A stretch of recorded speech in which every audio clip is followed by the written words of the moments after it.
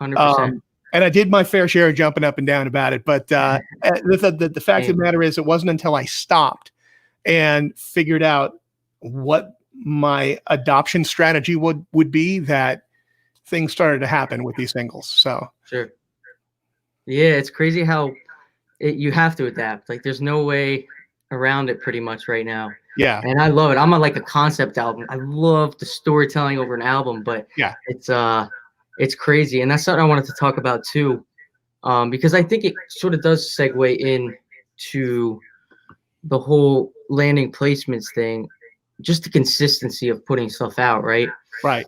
If you're only releasing like 2 songs a year, actually closes down your gap to get those placements, unless they're like nuclear songs, you know. It's like, whoa. Well, so there's a symbiotic relationship between the frequency of releases to success, right? So Absolutely. it wasn't, and I really was trying to figure out how do you tweak this algorithm to get the maximum output, right? Yep. And it's that the bottom line is Spotify is a social platform, period. I mean, it works exactly the same way as Facebook, as Instagram. It rewards you for frequency with visibility. So it wasn't until I figured out, okay, I need to release something every 4 to 6 weeks. And magically, I'm starting to see those numbers actually expand. Now, we know it's like 0.003 something per stream. So if you're looking at that as the monetization stream, you're looking at the wrong thing, in my opinion. For me, it's about, I need to get those numbers up, not for exposure's purposes, but for the sake of proving the thesis to music supervisors and creative directors on the licensing side. It's like, look, the last single got 45,000 listens. Yep. That means that's not an insignificant number. And it took a while to work up to that, but that justifies the conversation. Absolutely. It's crazy. I love how you said it's another social media platform, because it's hard for us to look at music as another piece of content as if it was like social media, but that's how that works. It's so true. How that works. And the challenge I'm seeing a lot with nowadays too, which this is interesting, is, you know, we used to see a lot of music videos, and I feel like a lot of artists are trying to squeeze in the music videos now. And I remember I even did a PR campaign with Ariel, and we were all gung-ho on the music video. We got this music video. And she's like, honestly, we're not going to use that yet. And we're like, what? Yeah. Because honestly, again, it's like, if you're going to start doing music videos, you got to make it your thing, and you got to keep feeding YouTube, right? YouTube's the spot. It's the same thing. The algorithm works the same way. It also treats it just like the social media platforms. It rewards frequency. So and you really got to come at it from both angles. You know, if you're going to do it effectively on both platforms, there has to be a coordinated attack, so to speak. And interestingly, so out of the 3 singles I released since August, the first one had a video. We did the premiere simultaneously with the song coming out on the streaming platforms and the video. And the second song, we only did the audio. In terms of Spotify penetration, the one with the video still did better. Yeah. So now this time around, I released the single last week, but the video's coming out a week later. So each time around, I'm kind of tweaking just to see which strategy actually works best, which gives me the most numbers. And that's when the light bulb went off in my head. It's okay that I'm not releasing an album, because when you release an album, you got one shot. Done. And that's it. You got that one chance to figure out your strategy, get it right or don't, and you got that 4 to 6 week run, and that's the end. Done. And you don't have another shot again for a while. Doing singles, I get another shot every 4 weeks. Exactly. So I can really figure out what that strategy is and tweak it. Exactly. So when I looked at it that way, it wasn't as painful. It's so true. It's harder kind of too to make the music videos in such a short time. So I'm seeing even cell phone music videos sometimes, or lyric videos, something. Yeah. Even those do better than nothing. Yeah. But it's crazy how much of a job it is to not only have to produce music, make music, you have to put out the proper content to promote it nowadays. Right. And yes, what I like about what you're saying too, I agree. The more you do in that world, the better chances you have in licensing your music. Because Monk and I were talking beforehand, and we're like, I think licensing gets kind of lost in the conversation when it comes to becoming an artist in today's age when you're starting, right? The first thing I don't think people are thinking about is, oh, I want to get that TV license.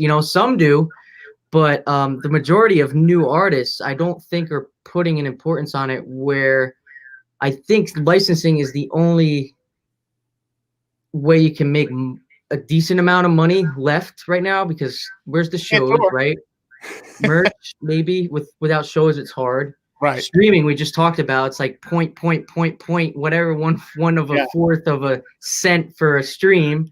So licensing is important, especially if you want to have a career. Yes. And, we all need gear too. So, it's like, yeah, we got habits to support. Yeah. So we definitely need, it's such a good way to, land those placements. So I want to talk about some of them that I saw, and we kind of spoke about this before, but I saw The Sopranos on there, and I'm from New Jersey. Like, right down the street is the house that it was filmed at. So I want to know about how that experience was and how you got to that. You said that was like your first one, it's right? It's funny that you picked that one. That was the first pitch. So this was a long time ago. This was back in 2001.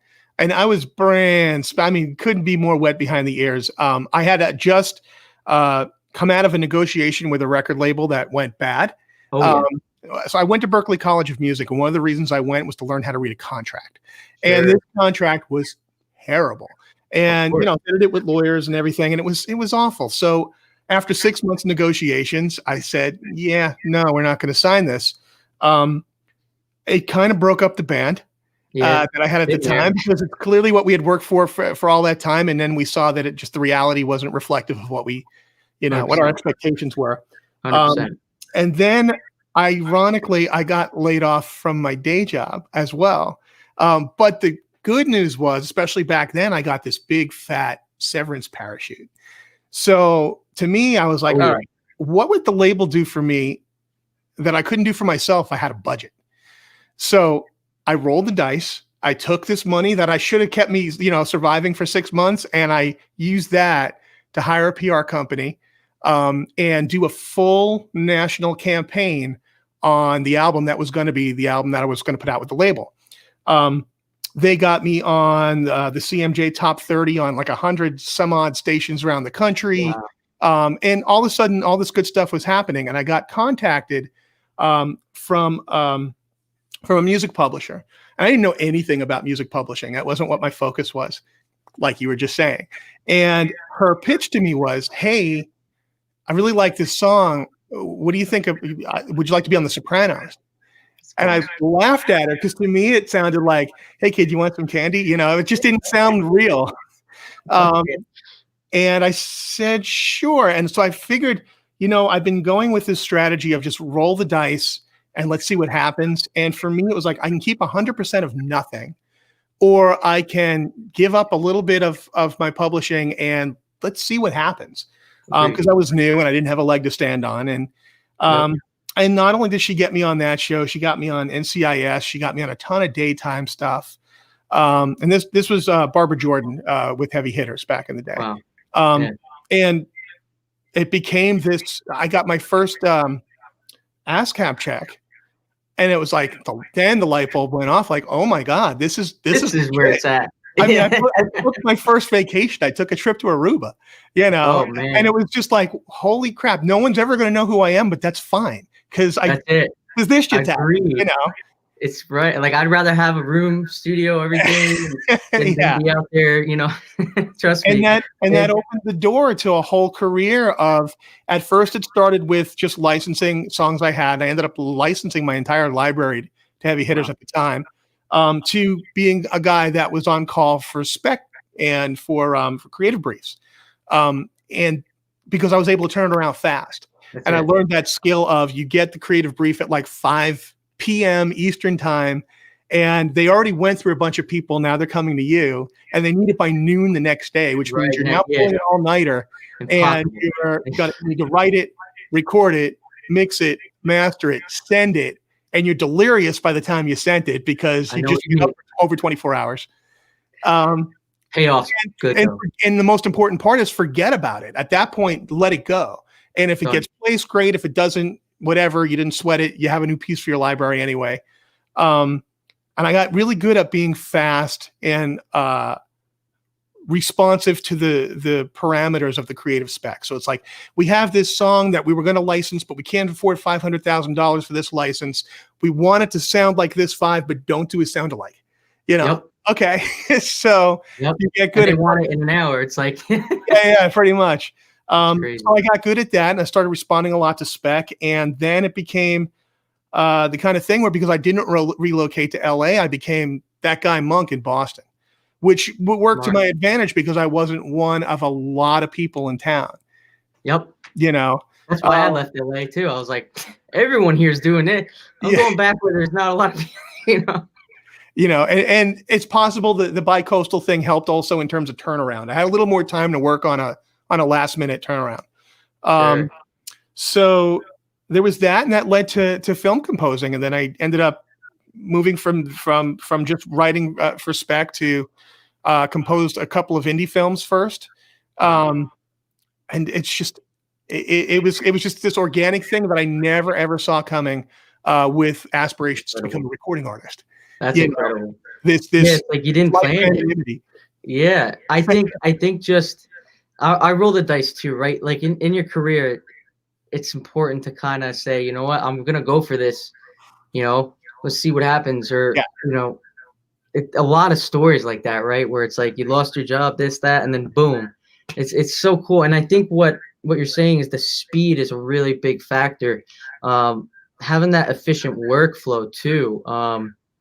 So you're saying you didn't even start trying to get into film, you didn't know TV, nothing, right? No, every time it happened, I kind of stepped in it.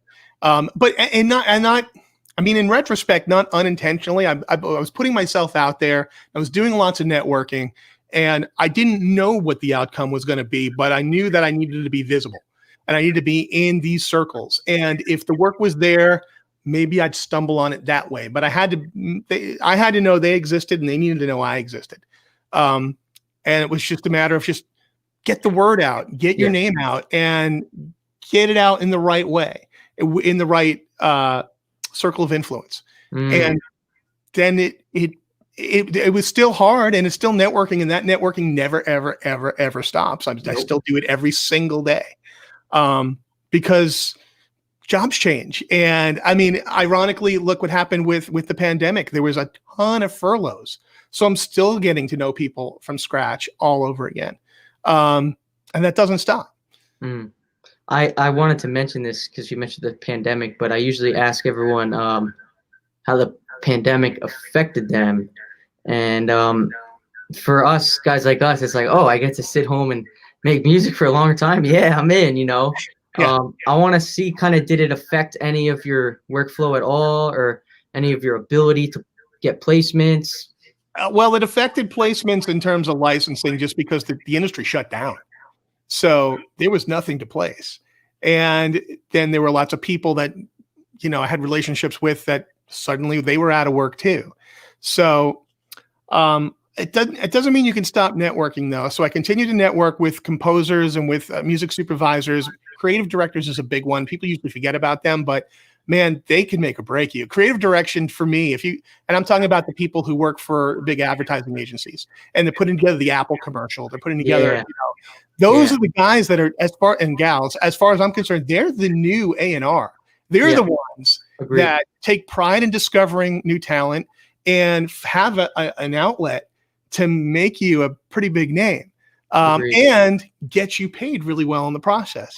So yeah, they're big ones to network with. So I hit LinkedIn, and I started networking with, first connection, second connection, and just saying hi to people, and whoever I could strike up a conversation with, I did. And I ended up rekindling a relationship I had with someone who was a musician in Boston back in the day, who ended up moving out to LA and becoming a composer himself. And working with the Hans Zimmer crew and all of them. And he's like, listen, there's nothing going on right now. There's not much I can throw your way, but I'm in with this music library called Extreme Music, which a lot of the big composers are part of. And he's like, I'll send you a creative brief, if you could write something to it, we'll start with that. And it was like an audition, so there was nothing else to do.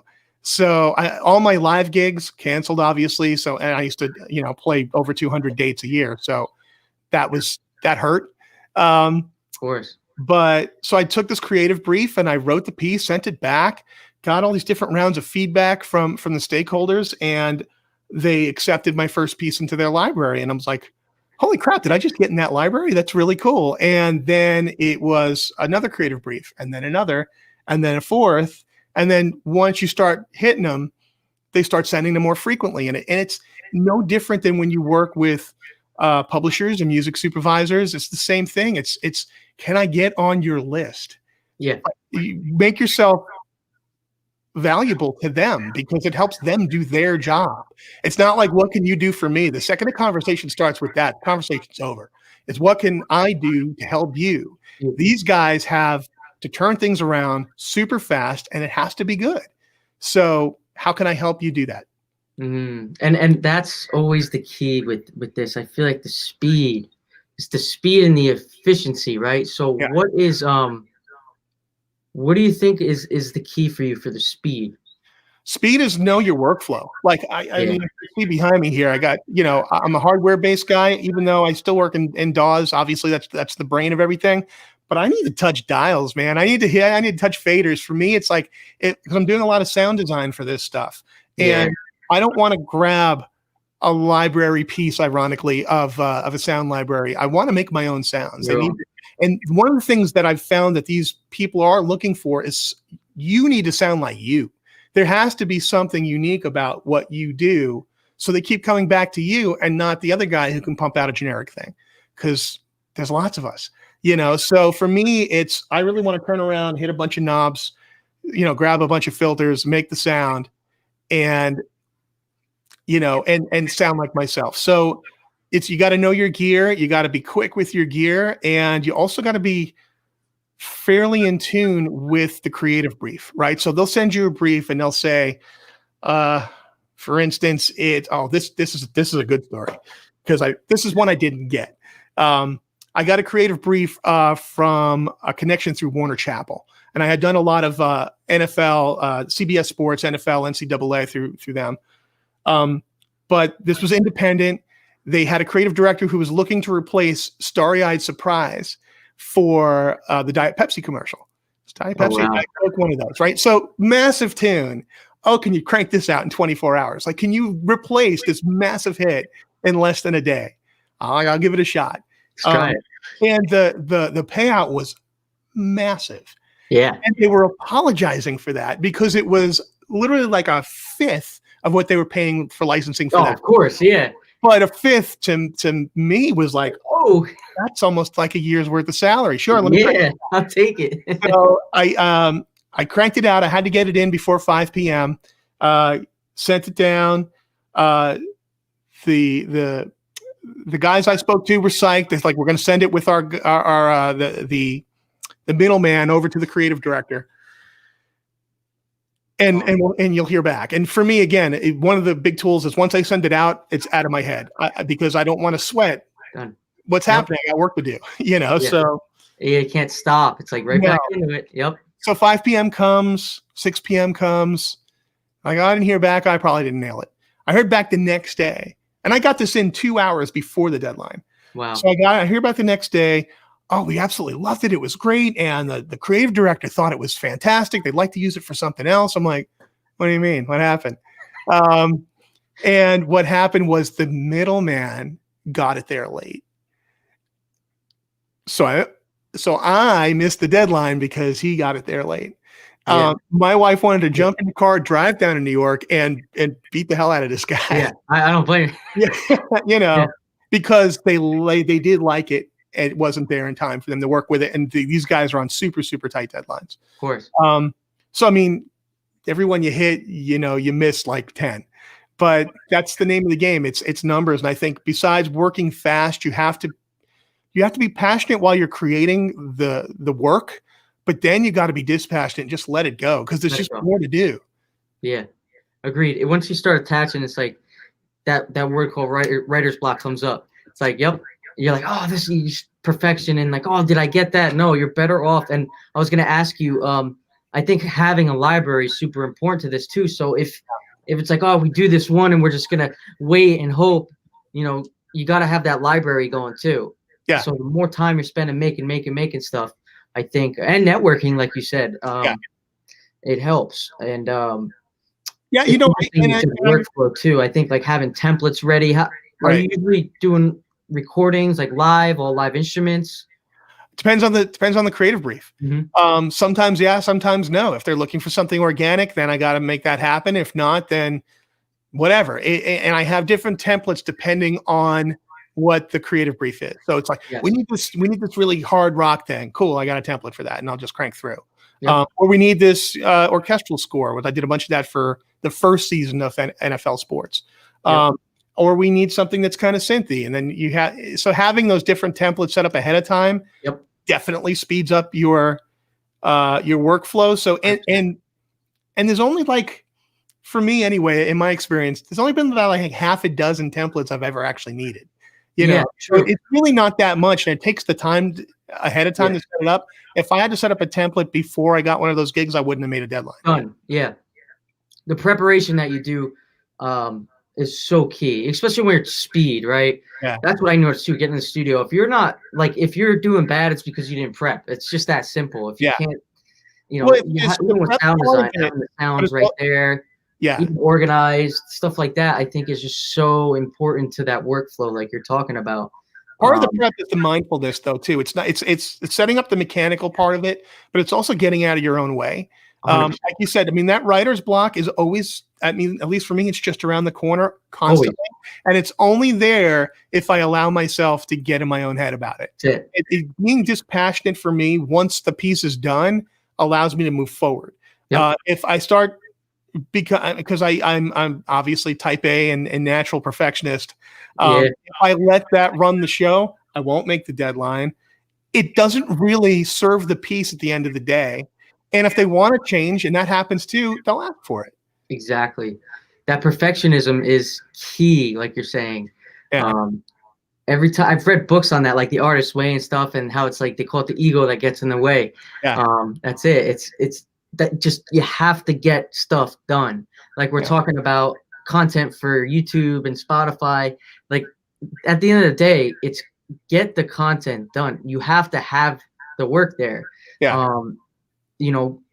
I'm sure we've heard of people spending a year on a song, it's got to be perfect. You can't do that if you want to make money.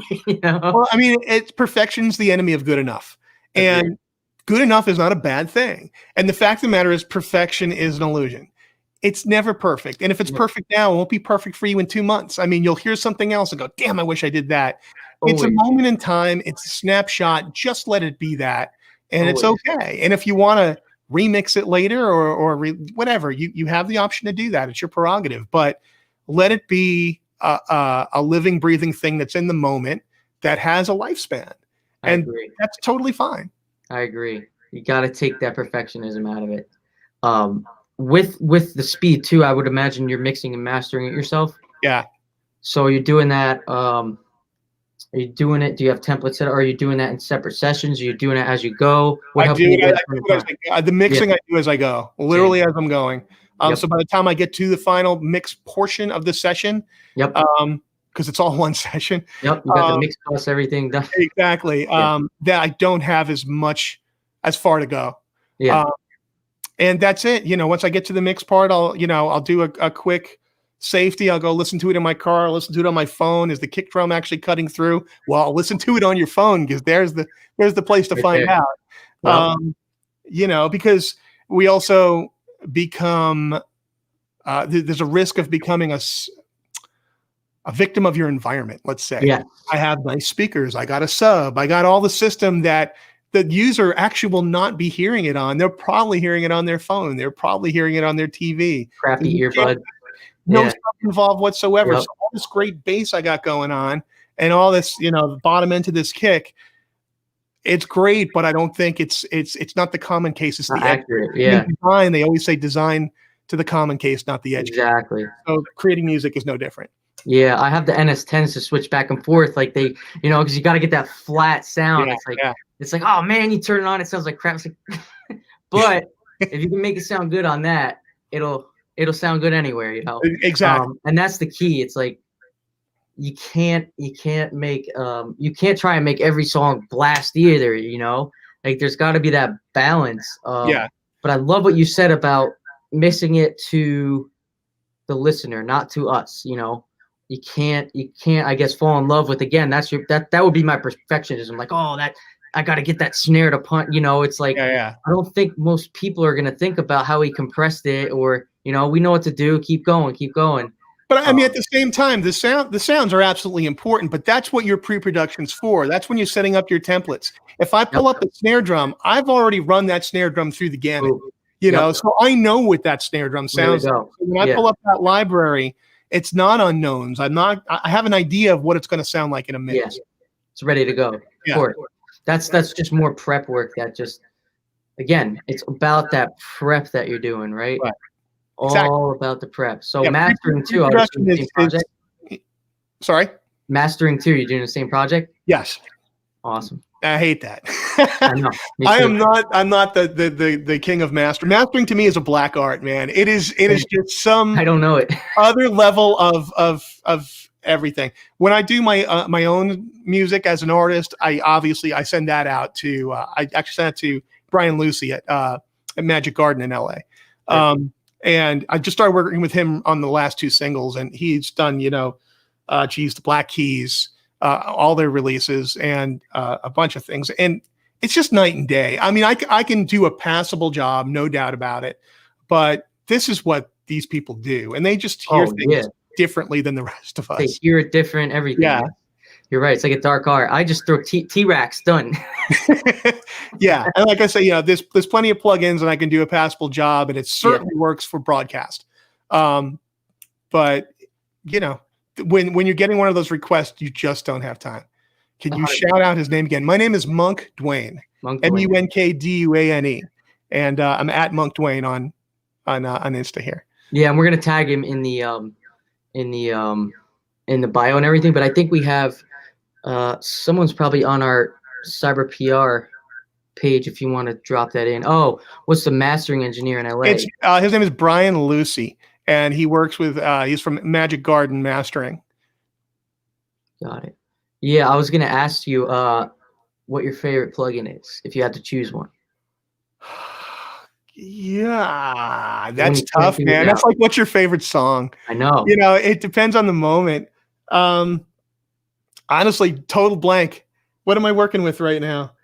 I'm gonna cheat. I got to pull up a session. Yeah, there you go. and then I'll have a bunch of mine. Yeah, let me pull up a session. Here we go. So anyway, while I'm pulling that up. Yeah, so that's I always ask, what's your favorite piece of gear? What's your favorite plugin? Always. And mine, I would have to say, there's that new one, Sugar, that came out that I'm using on everything. Yeah. It's hard. I have two, right? It's Sugar or it's Soothe. Either or. Nice. Yeah, that's a good Jesus. I'm totally drawing a blank now. You got me. That was a good one. Let's say. Oh, good. I know. Plugins, if you're not an artist or a producer, so you see all the gear in the studio, right? Well, there's a lot of virtual plugins of that. So it's an emulation of the actual gear. Right. More affordable than having the gear. But if you get enough placements, you get the gear. Or, you work your credit up to the point where, you're just getting placements to pay off your gear. Done. Yeah. Well, that's the problem. Yeah. What about piece of gear? What's your favorite piece of gear? Right now I'm really all about the Sakai Force. I don't know if you can see it right here. It is essentially an MPC with all of Ableton worked into the piece of hardware. Yeah. Which just is badass, right? So you have all the power of the MPC and all the library of the MPC, which I use a lot, but you're able to do clip launching all in one piece of hardware. Yeah. So when I go do gigs, I don't have to bring out my computer, which is fabulous because I don't want my computer sitting there. It's an instrument and you can play the thing. And that's That's cool to me. Yeah. Oh, okay. Here we go. I was waiting for the session to launch. Of course. Yeah, but right now about the Force, I'm also about. What do we? I just picked up the Roland Phantom. Oh yeah. And again, for how it's become my main keyboard. It's right here under my fingers. Awesome. It's just amazing how I far this love stuff has Roland. come. Yeah. As far as plugins go, I cannot pull my head out of Exhale right now. Oh yeah, I love that. I use it too. Yeah, I'm right. doing a lot with Exhale. Vocal Engine. They make a lot of good stuff. Output's a sick Output. company. I'm in Output constantly. Yeah. I'm in Arcade all the time. Yep. So between It's great. Arcade and Exhale and what else? My God, there's another one I'm into constantly now. Where is it? Sick waves. Jesus. Little Altar Boy I've been using on some. I Oh used yeah, on all the the last single. stuff. Yeah. That and Echo Boy, that and Decapitator. Yeah. Yeah. So yeah, we could talk all day about this stuff. Yeah. But yeah, if any of you guys are producers or artists and you work in a DAW, you know what we're talking about. And if anyone has a favorite, jump Yeah. throw one in. I see M Audio around you, how it works. I think you're using it with Ableton, you said? No, I actually don't use Ableton. I believe it or not, I use Reason. Oh, Reason, wow. Yeah. Reason for me, except when I'm doing scoring because it doesn't do video. Yeah. That's what Cubase is for. So it's, but I prefer to work in Reason. I've been working in Reason for so long, and it's become such a powerful all-in-one solution, minus video. Yeah. Which they get on that. But it's again, being fast at your workflow is critical, and everything's there between the racks and now all of everything in my DAW is wired to everything out in the real world. Yep. I can control it all from here. That's what I love that it has the racks there. I barely even touch what's behind me because I can control it from here. But every once in a while, I'll grab a filter. That's so cool. Yeah. Yeah, that's the best. That's what I do like about Reason. It literally has the whole patch bay. You plug in what you want. Yeah. Yeah. A lot of people say Pro Tools. I mean, for engineering, I think it's essential. But if you're producing and trying to produce fast, and you're better with something else, you don't always have to use Pro Tools to produce. So I think that's the thing. Yeah, it's absolutely awesome. But I think anybody who says this one is the one is missing. It's the wizard, not the wand, right? What can you do with the tools that you have? Agreed. Yeah. Agreed. I'm in Ableton all the time still. I'm like, boom, it's quick. Yeah. So wait, was that M Audio? But I think he's asking. So yeah, we just explained it's kind of routed into Reason for him, and he could just either it's a MIDI controller, or it'll trigger a sound. So that's probably what a lot of that. Yeah, my main controller right now is the Roland Phantom, which is right at my fingertips right now. Into my DAW in front of me, which primarily is Reason, unless I'm film scoring, then it's Cubase, and then everything that's over here, and there's more over here that's out of the frame.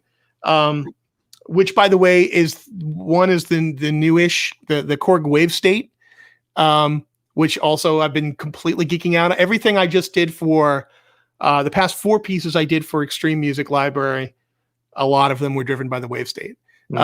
It's just fun. And again, it's just, I can control it all from here and from here, but everything's within an arm's reach as well. That's it. And that's another thing, having everything ready and organized and in front of you. That's the speed, the workflow that you need. Yeah. Any tips for somebody that's, I think it's hard to, at first, to be confident that you have a good enough ability to land a placement. It's interesting that you say that. So I was the Masterclass series. I was watching the Hans Zimmer Masterclass. Love it. I have it too.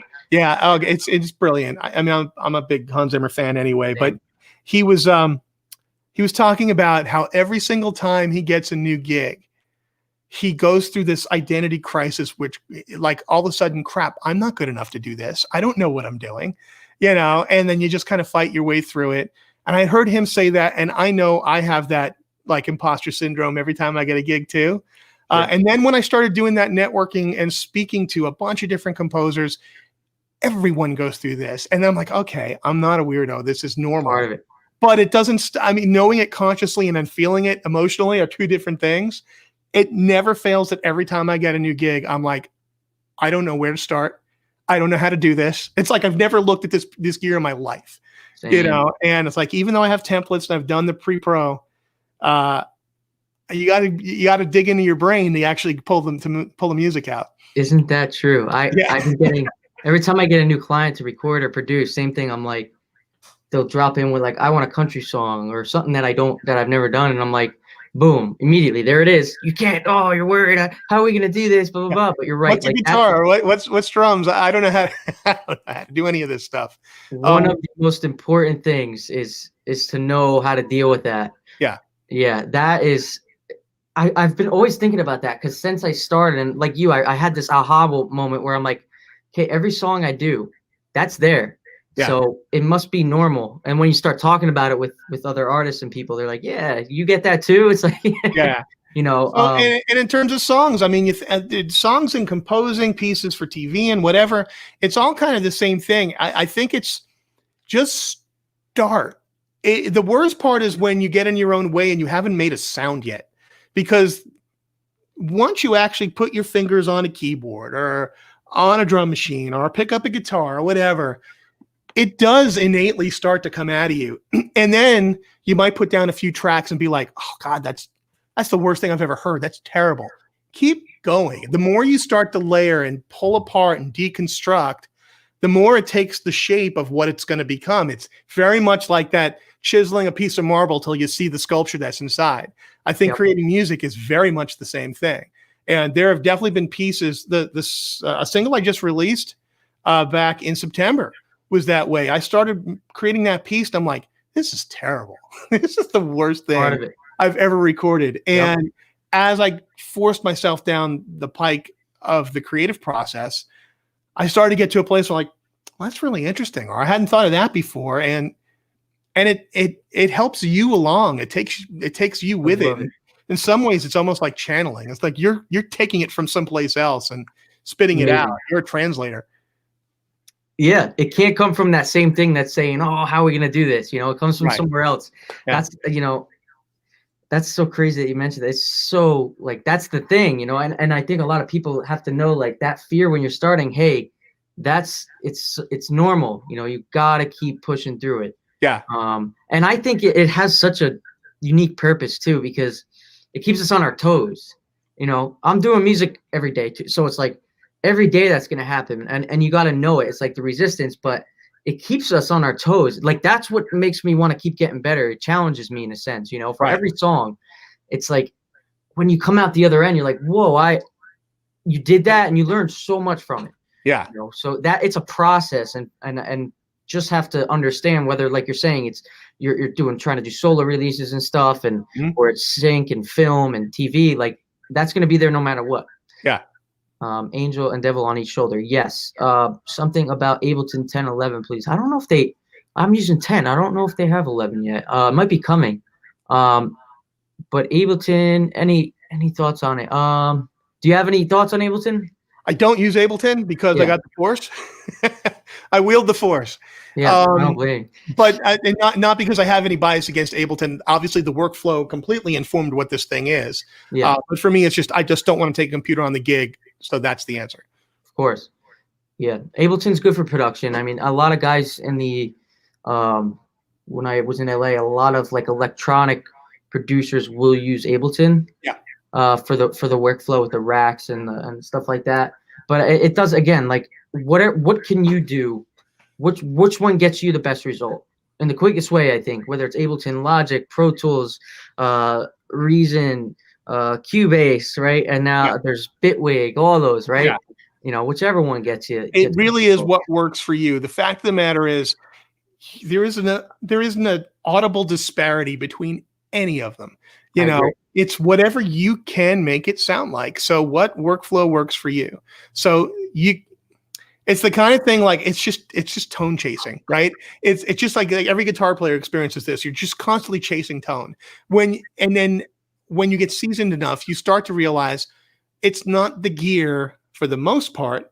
It's my goddamn hands. This is the way I make it sound. And it's the same experience for me with studio gear.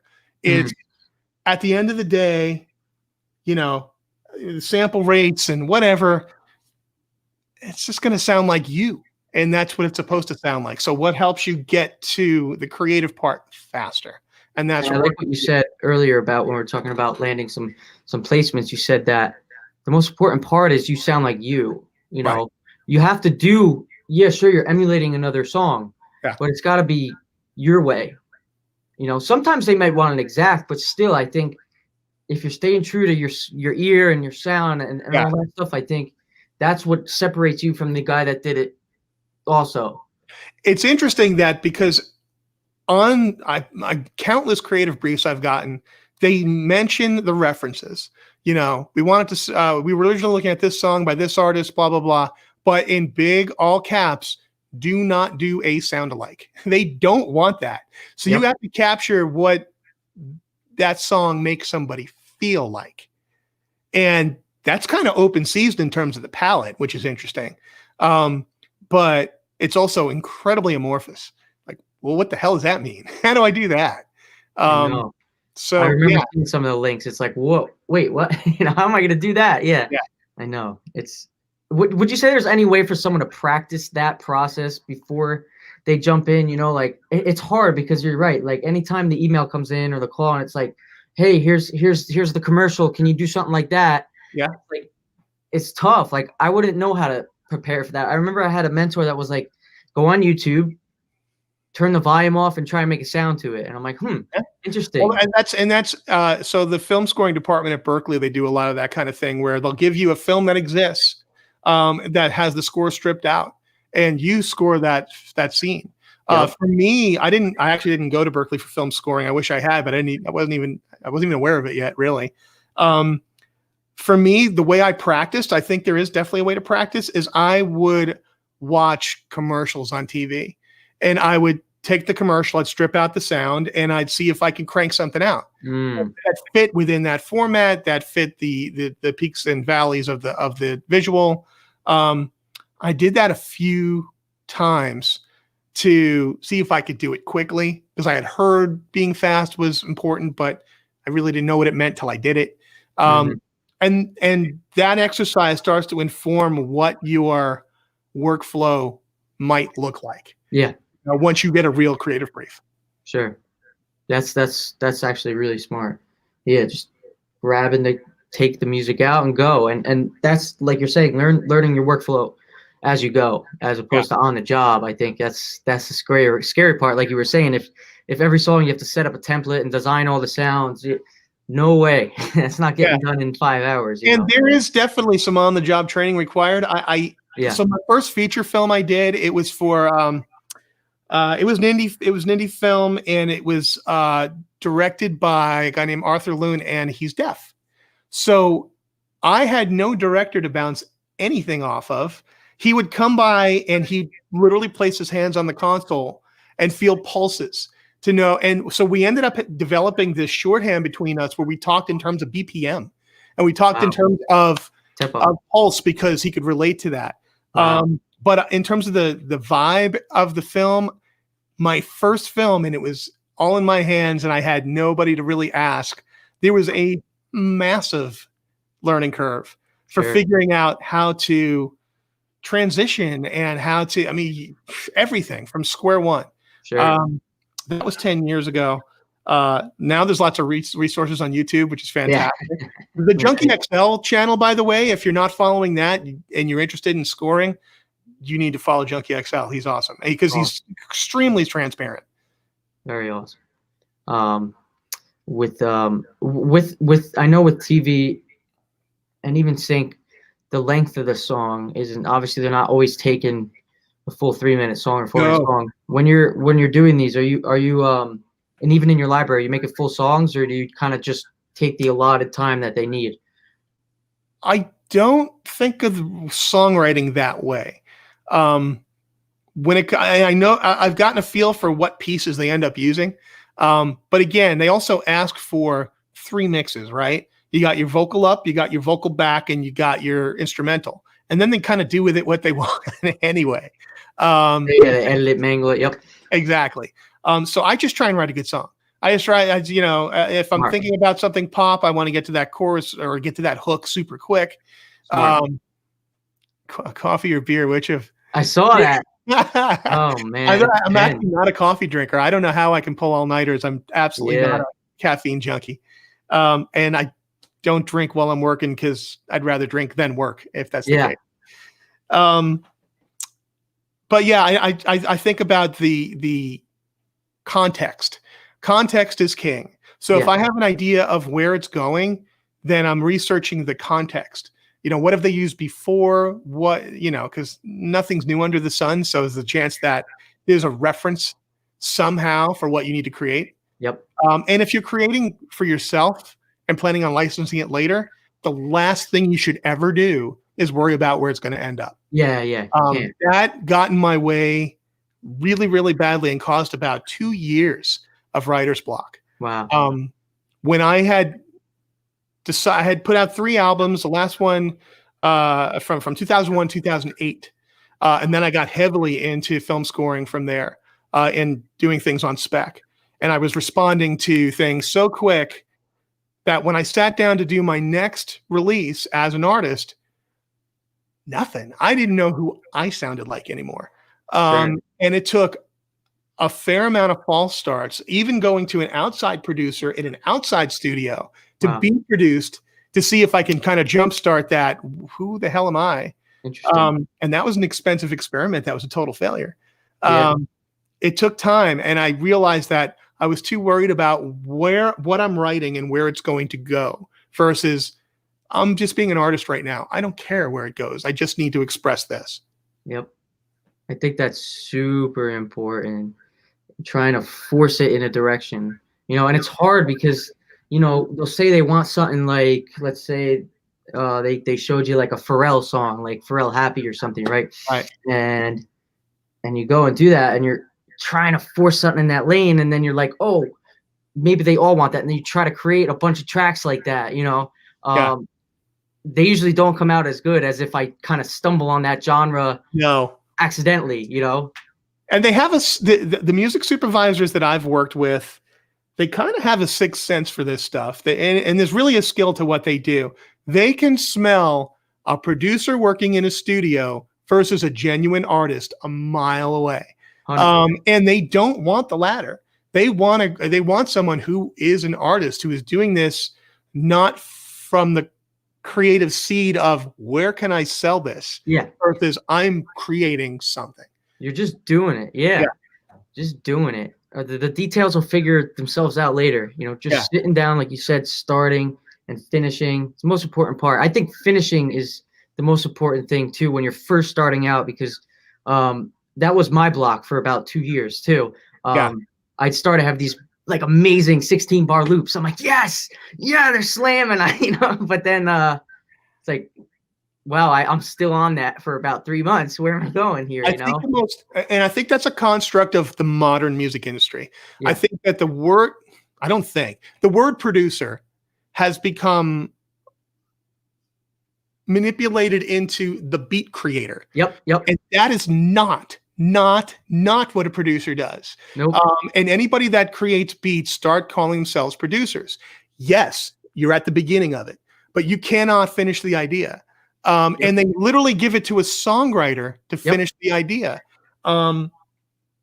It's interesting, and I don't take as much offense to it as it sounds like. I really don't. I think it's a really cool workflow, and it's an interesting pipeline, and it clearly has a place because look at all the great music that's coming out of that. But by nature of the construct, you are not finishing something, and that's a weird place to be. 100%. And clearly it works for other people, but I have a hard time with that. That word producer is so jaded. I mean, if we go back and look at what a producer did before all this technology and stuff, he held it together. He held the session together. He kept it going. He never sat down to do the MIDI. Like, that's a programmer. And I think a programmer nowadays is people calling themselves a producer when you're actually a programmer. And that's, I mean, that's also a very small piece of a bigger picture in a song. There's there's going to be programming, but there's also recordings and writing and stuff like that. So you're right. It's a massive difference. And I'm sure these creative directors can hear that, you know. Yeah. They can hear it if you're just copy pasting loop, you know, as opposed to like you do this for a living. Yeah. You know, I think there's a major difference. Away from the beat creator, because there's definitely a right brain involved there. There is definitely an art to making a fantastic, some super bad echo. Oh, that sucks. There's definitely an art to making a fantastic loop. It's part of the process, though. I mean, it's imagine like back in the day, if you went to Phil Spector and you said, "Don't finish this," you know. I mean, creating the sound for the song is a beginning to end process. Agreed. Anyone have any questions? Because it's gonna kick us out of here. I think in like a minute or two.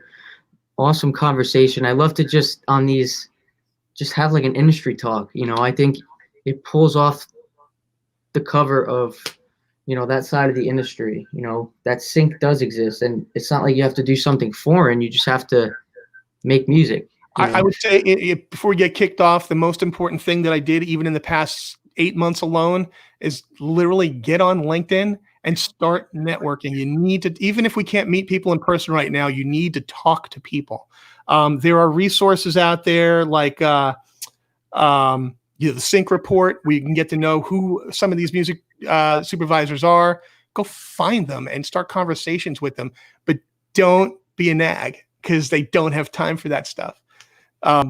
Again, you gotta frame it as, how can I help you? Yep. As opposed to, you know, how can you help me? Because they don't have time for that. That's the networking key. You know, approach it as, how can I help you? There, you know, 100%. Yeah. And that's where I would start with networking. You know, like you're saying, LinkedIn's a great starting point. Where are you guys from? So I'm from New Jersey right now, and I learned out in LA, but now I'm back in New Jersey. I'm in Boston. I originally am from New York, but I've been up in Boston here for a long time. Awesome. All right, guys. Thank you. I hope you guys can grasp all the stuff we threw at you, because I think it was a lot, and it was awesome. Munk, awesome having you. Thank you for sharing all the inside secrets. And congrats on all the stuff you're doing. I mean, it's incredible. Congrats on the new placement, because that's massive. And your video comes out tomorrow. So we're going to link that, and I can't wait. And guys, thanks for showing up, and we'll see you next week. Anything you want to say, Munk, before we go? Just thanks a lot. I really appreciate this. It's talking shop is fun, and we don't get to do it enough. No one anymore. Yeah. It's hard. It's not like there's a network of artists around right now. You know, it's hard. So awesome, man. Great chatting, and we'll talk soon. Thank you, everybody.